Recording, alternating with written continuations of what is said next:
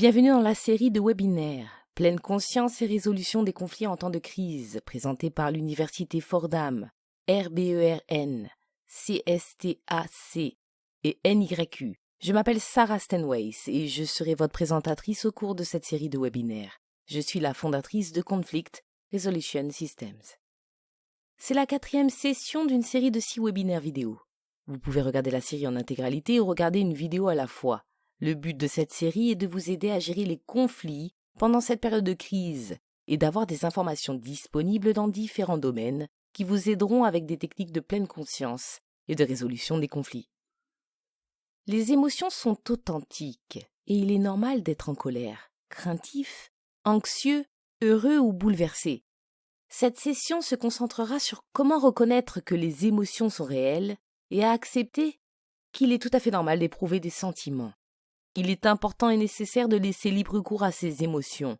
Pour pouvoir reconnaître et accepter vos émotions et celles des autres, vous devez être en mesure de nommer ces émotions et les permettre de se manifester. Cette session vous offrira le langage et les outils nécessaires pour le faire efficacement et pour vous permettre, ainsi qu'aux autres membres de votre foyer, de comprendre, d'accepter, de reconnaître et de laisser libre cours aux sentiments. Vous comprendrez aussi quand il est acceptable ou non de le faire. Il existe de nombreux types d'émotions. Il est important de les reconnaître, de les accepter et de les exprimer. Lorsque l'on s'intéresse aux émotions, les gens, en particulier les enfants, ne connaissent que les termes heureux, tristes, en colère, furieux ou enthousiastes. Il existe différents types d'émotions qui expriment ce que nous ressentons. Par exemple, le bonheur peut être ressenti et exprimé en se sentant reconnaissant, paisible, excité, joyeux ou méritant. Quant à l'amour, il peut être ressenti et exprimé en se sentant accepté, digne de confiance, affectueux, protégé ou confiant. Toutes ces émotions peuvent être différentes et exprimer le sentiment de bonheur et d'amour d'une personne. Bien souvent, il est plus facile d'exprimer ou d'identifier des émotions négatives telles que la colère. Il est très important de savoir que la colère n'est pas une émotion négative. En réalité, aucune émotion n'est négative. Toutes les émotions sont normales et nécessaires. Ce qui est négatif, c'est l'action que nous prenons lorsque nous ressentons cette émotion. Cependant, l'émotion de la colère est normale. Cela arrive à tout le monde et devrait être reconnu et accepté. Cela aidera la personne qui ressent cette très forte émotion de colère et à y faire face. La colère peut être ressentie et exprimée en se sentant en colère, furieux, offensé, frustré, agacé ou menacé. Lorsque quelqu'un ressent cette émotion, il est important de ne pas lui dire des choses comme « arrête d'être en colère »,« calme-toi »,« détends-toi » ou « change d'attitude ». Cela ne fera qu'aggraver la colère de la personne. Il faut 90 secondes au cerveau humain pour enregistrer une émotion comme la colère. Si elle n'est pas reconnue, l'adrénaline continuera à être libérée et la personne continuera à être en colère. Si vous reconnaissez la colère en disant simplement « je vois que vous êtes en colère » ou « vous avez l'air en colère », vous permettez à la personne exprimant cette émotion de reprendre son souffle et de se sentir appréciée.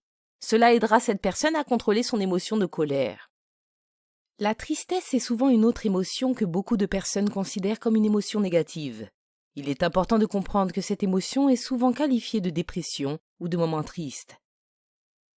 Il s'agit d'une émotion normale que nous pouvons parfois éprouver dans la vie quotidienne.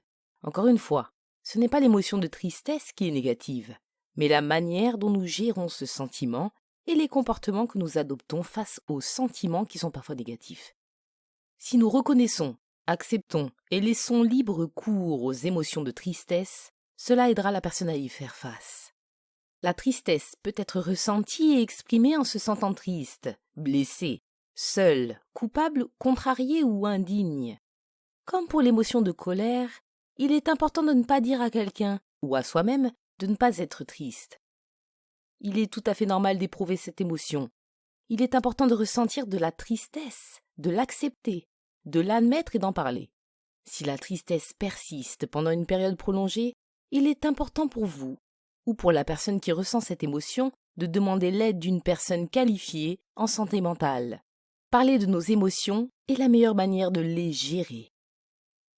Les émotions et le conflit vont de pair. Lorsque nous sommes confrontés à un conflit avec les autres ou avec nous-mêmes, nous devons savoir qu'il est normal de se sentir émotif. Il est important de pouvoir dire aux autres ce que vous ressentez. Vous n'avez pas toujours besoin de savoir pourquoi vous vous sentez de cette façon, et honnêtement, parfois, vous ne pouvez pas l'expliquer.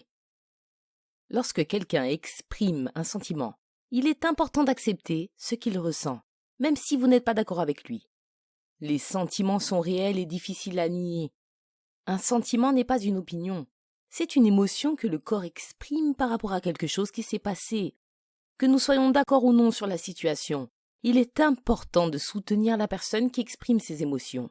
Il est primordial de comprendre que les émotions vont aggraver les conflits lorsque les gens ressentent beaucoup d'émotions comme la colère ou la tristesse.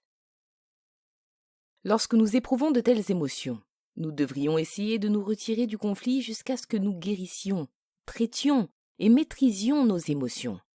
Ainsi, c'est pour ne pas dire ou faire ce que nous pouvons regretter. Pour comprendre comment l'émotion influe sur un conflit, nous devons examiner comment un conflit commence. Lorsqu'une situation se présente, nous ignorons généralement l'émotion et prêtons attention à ce qui s'est passé plutôt qu'à ce que nous ressentons. Si le sentiment n'est pas reconnu, la personne qui réagit à la situation peut aggraver le sentiment de l'autre personne. Si nous prenons le temps de nous arrêter pour reconnaître nos émotions et de les exprimer avant de répondre, nous pouvons changer le résultat de beaucoup de conflits. Une bonne communication est le meilleur outil que nous pouvons employer pour accepter et exprimer nos émotions. Lorsque vous communiquez avec les autres d'une manière sensée, il existe quelques conseils utiles pour commencer des discussions sur les émotions.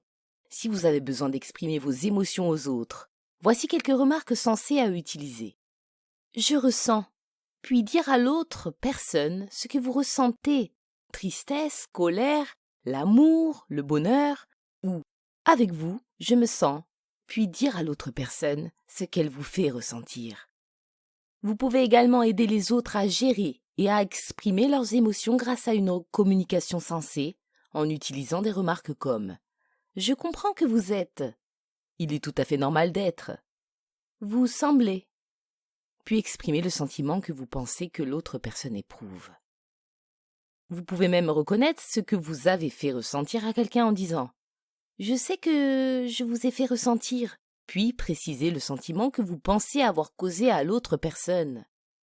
La seule manière de surmonter les émotions est de reconnaître, d'accepter et exprimer toutes les émotions et de savoir qu'il est tout à fait normal de ressentir ce que nous avons besoin de ressentir à chaque fois que nous en avons besoin. Merci d'avoir participé à cette session. Pour plus d'informations et de ressources, veuillez contacter les organisations énumérées ici.